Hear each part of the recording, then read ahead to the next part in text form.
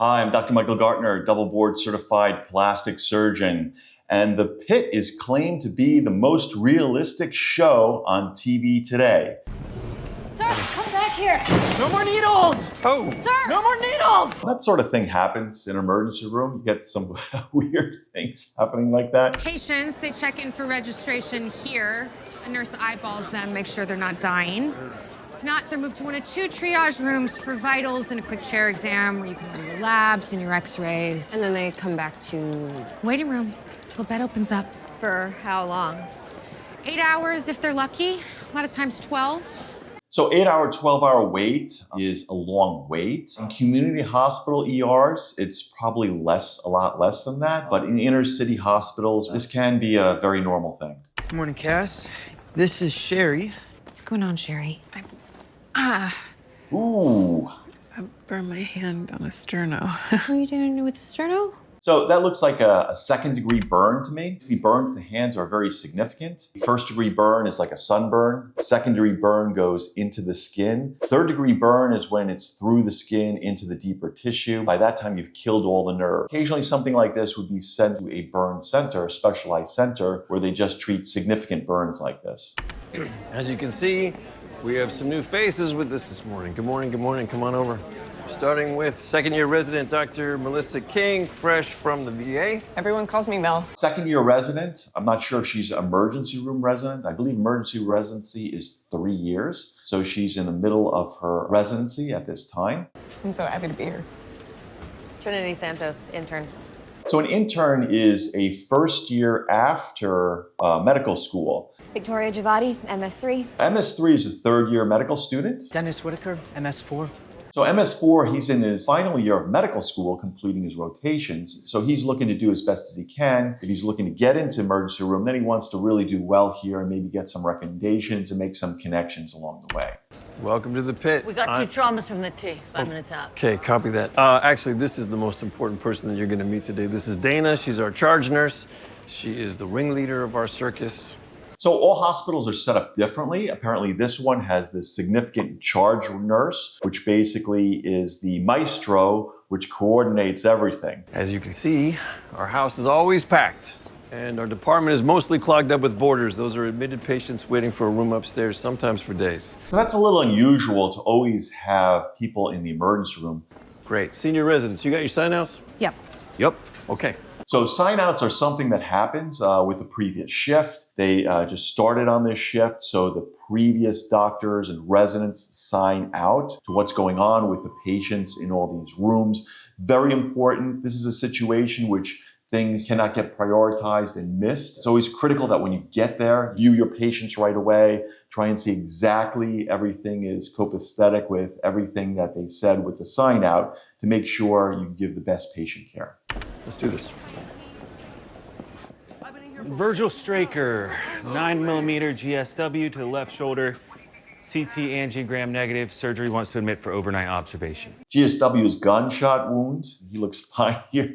He's kind of on his phone hanging out. Good morning, Mr. Straker. You want to go home? Hell yeah. Okay.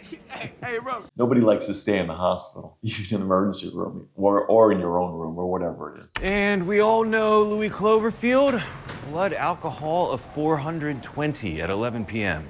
I've been cutting back. So the hospital always has its set of regulars. There's guys who just show up with the same issues over and over and over again. They don't really go to any follow-up or anything. They continue their bad habits and they keep on showing up. It looks like this situation. A blood level of 420 is huge. That would normally kill somebody unless you're at that high alcohol level. So they're probably admitting him for alcohol abuse till he gets better, kick him out, and he'll probably show up again soon. How is he still breathing? That's a lethal dose for you and me. That's happy hour for Louis. Sobered up, had 2 rounds of lorazepam. Lorazepam is a benzodiazepine. It's very common giving this to prevent the patient from going into something called delirium tremens, which can lead to seizures and worse outcome. Hold out your hands for me, Louis.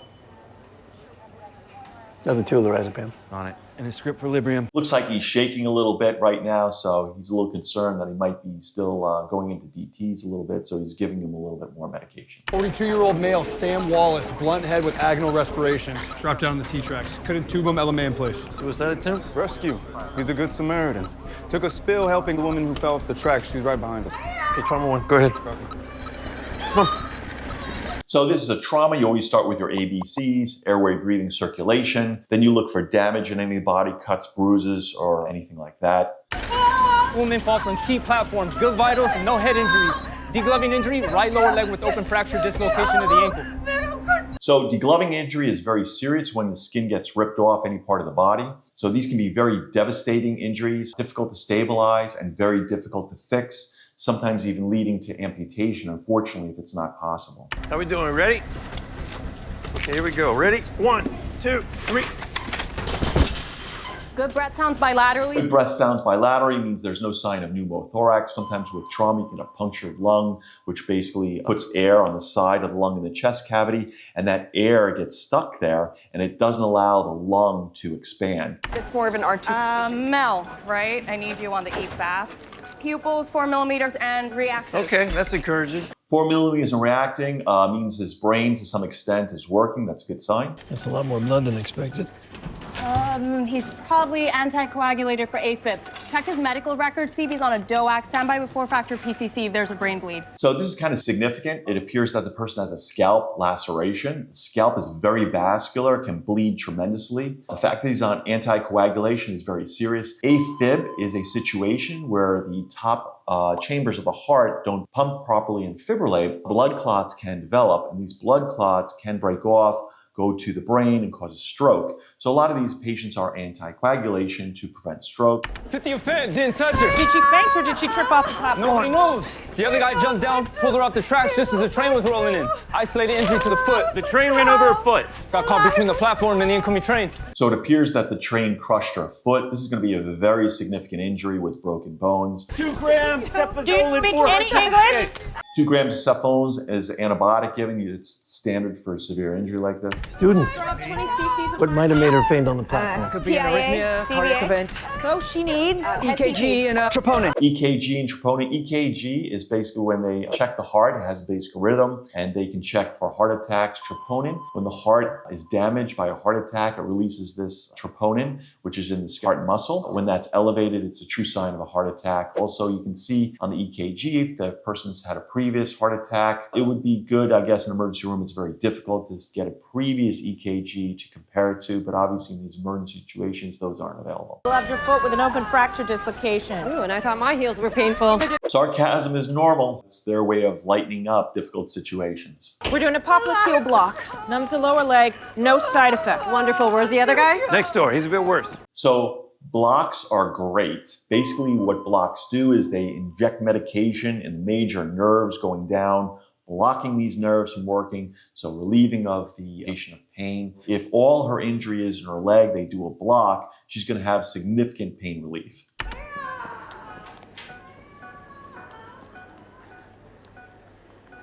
I'm in. Good, well done. Bring me up to speed. So here they use a little TV camera, making it much more efficient and much more accurate. Intubated for agonal respirations, GCS-5, probably anticoagulated. GSCS-5 is a Glasgow coma scale. A 5 is very significant. That's a significant trauma. They think he might be anticoagulated. So right now they're probably going to take labs, work him up, and once again check him from head to toe, and then they'll probably scan his head first to see if there's any head injury, especially with that laceration. You could have, he's anticoagulated, he might have some internal brain bleed or anything like that.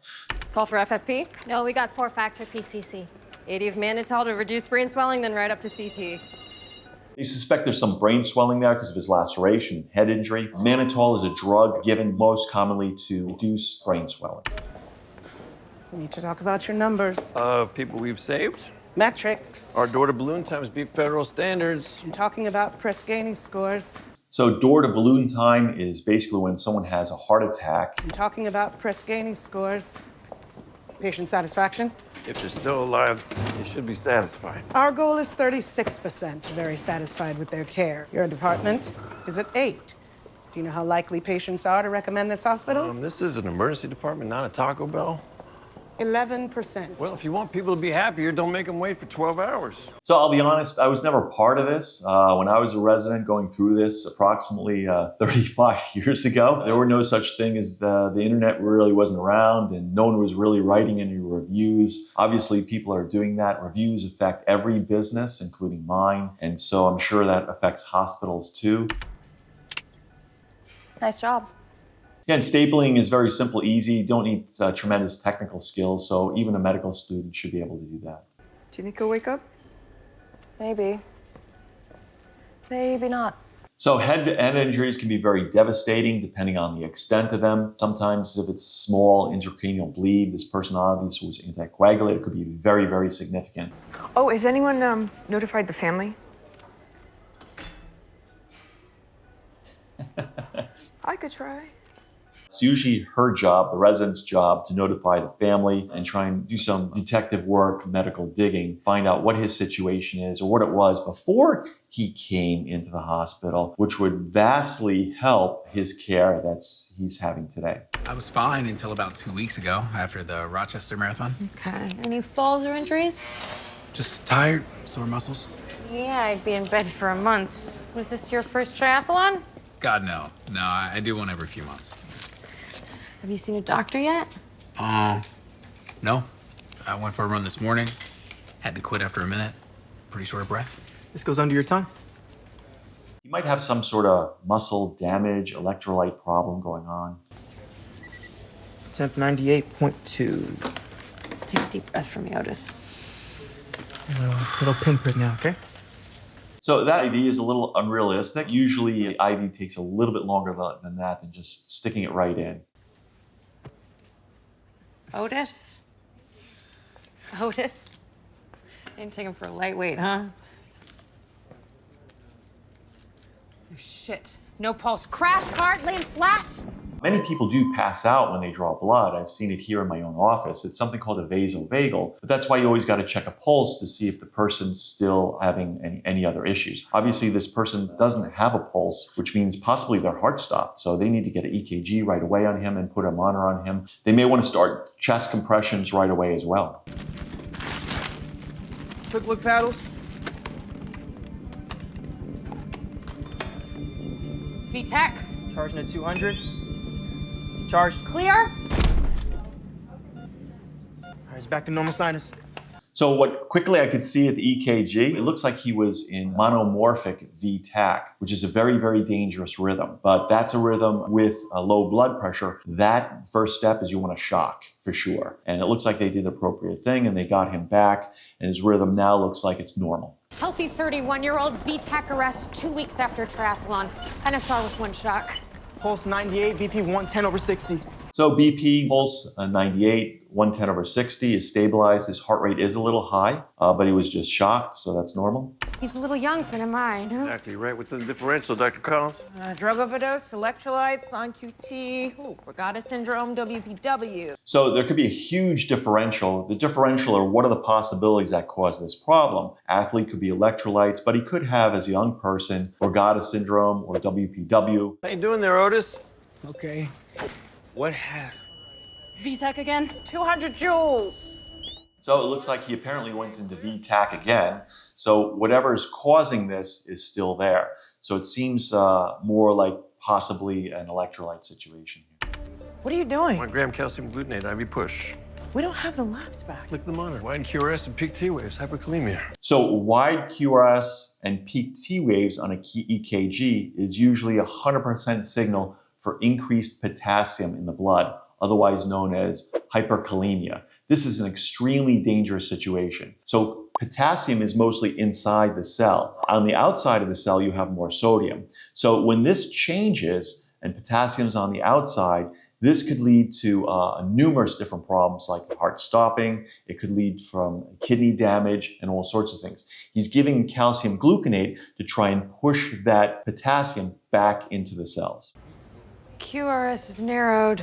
Much better. Potassium is 7.7, creatinine 5.6. So it looks like what he did helped. The calcium gluconate narrowed the QRS, decreased the peak wave, stabilized the patient for now. Ordering 10 units of regular insulin and 25 grams of glucose. So they're giving insulin and glucose basically to get more of that potassium to go in the cells. Insulin basically lowers the glucose level by bringing it into the cells, and so they might get hypoglycemic, so they need to add more glucose. Insulin will drive potassium more into the cells. 89-year-old woman from a SNF. History of emphysema, CHF, MS, VFib, unresponsive to 3 shocks, 2 rounds of epi. What is that? Lucas chest compression system. Robotic CPR. This is kind of interesting. I've never seen this device. That would save a lot of energy if it's done appropriately. The chest usually has to be pressed down at least 2 centimeters to make a compression worthwhile, so that can vary. I wonder if the machine can do that automatically and it measures the resistance as well. But this is kind of interesting. I've never seen this thing before. I'm gonna get a hold. 1, 2, 3.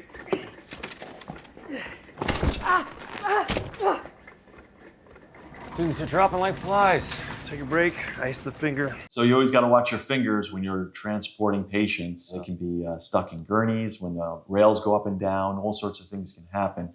I've seen this happen before where finger injuries happen among residents taking care of patients. You can count on getting a couple elderly patients every day around 7:30 after the nursing homes and assisted living facilities do their morning bed checks. You can practically set your watch. Was there an advance directive? No, full code for the nursing home. Seriously.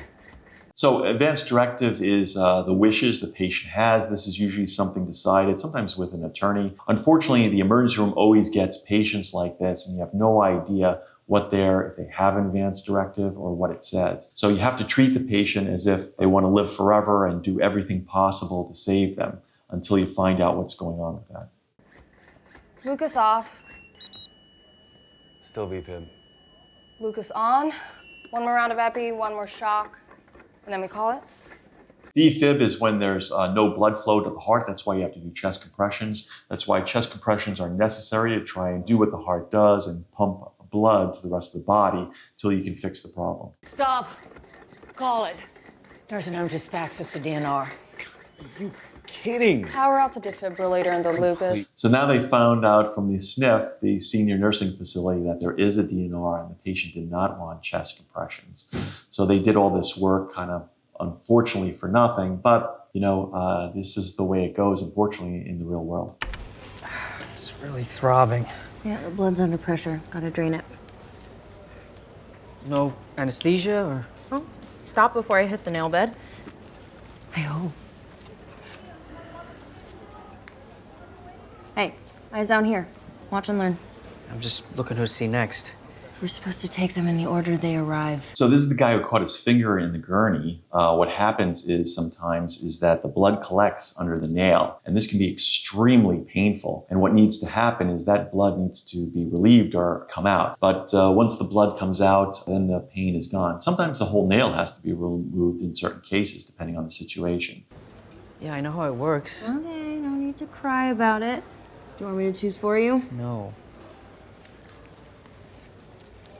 Wow. Pain's gone, thank you. See? Instant relief, works every time. How you doing there, Otis? Okay, that's okay. 15 liters non-rebreather, please.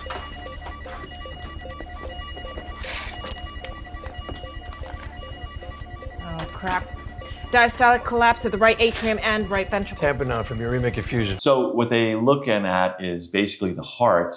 They suspect he has a tamponade, which basically means heart is in a sac, which if it collects fluid around there, that fluid prevents the heart from opening up and allowing blood to go in. So that fluid needs to be removed. It's called a paracentesis. This is an emergency. That's why his BP is low? Yeah, too much fluid and pressure around the heart. Chambers can't fill. Otis, you got some fluid around your heart. We need to get it off. 25 in propofol, 10 cc's of lidocaine with epipericardiosynthesis tray. I have to get them from No, Central. just open a central line kit. So they give him a little propofol to basically sedate him a little bit so he doesn't feel it as much when they stick the needle in. 10 cc's of 1% width. Chlorhexidine here, 25 or 27 No, long gauge. 25, long 25. Thank you. Injecting lidocaine. Pressure down, 60/40. So he's also numbing up the area there so the needle stick won't be so bad because you have to put a pretty good sized needle in for this. Wait, you can't ultrasound in place. I know, that's why I'm taking the probe. 18 gauge thin wall on a 60 cc syringe, please, Dr. Collins. Let's go. You're going in right over the center of my probe. Advancing very slowly. This is done with ultrasound guidance, so they can exactly where the needle is. The idea is to not hit the heart, because that could be a serious bleed then. We're looking for the hyperechoic tip. Hyperechoic tip is the needle. Very, very slowly. Do not hit that hard. Dr. Santos, you see that sea of black? That's the effusion. We're looking for a little white dot. The little white dot is the needle. Got it. Aspirating. 3 cc should be enough. Usually just taking a small amount of fluid can make a tremendous difference in this case. Good. Next, we'll place the guide wire and then the triple lumen catheter. Pulse ox is 99. Pressure's up 124/78. Looks like things are back to normal. That was cool. All right, and there you have it. That was really entertaining. I think it's pretty good, and I think it is one of the best TV shows I've seen so far till this day. So this is pretty good, and I'm looking forward to see episode 2. Stay tuned.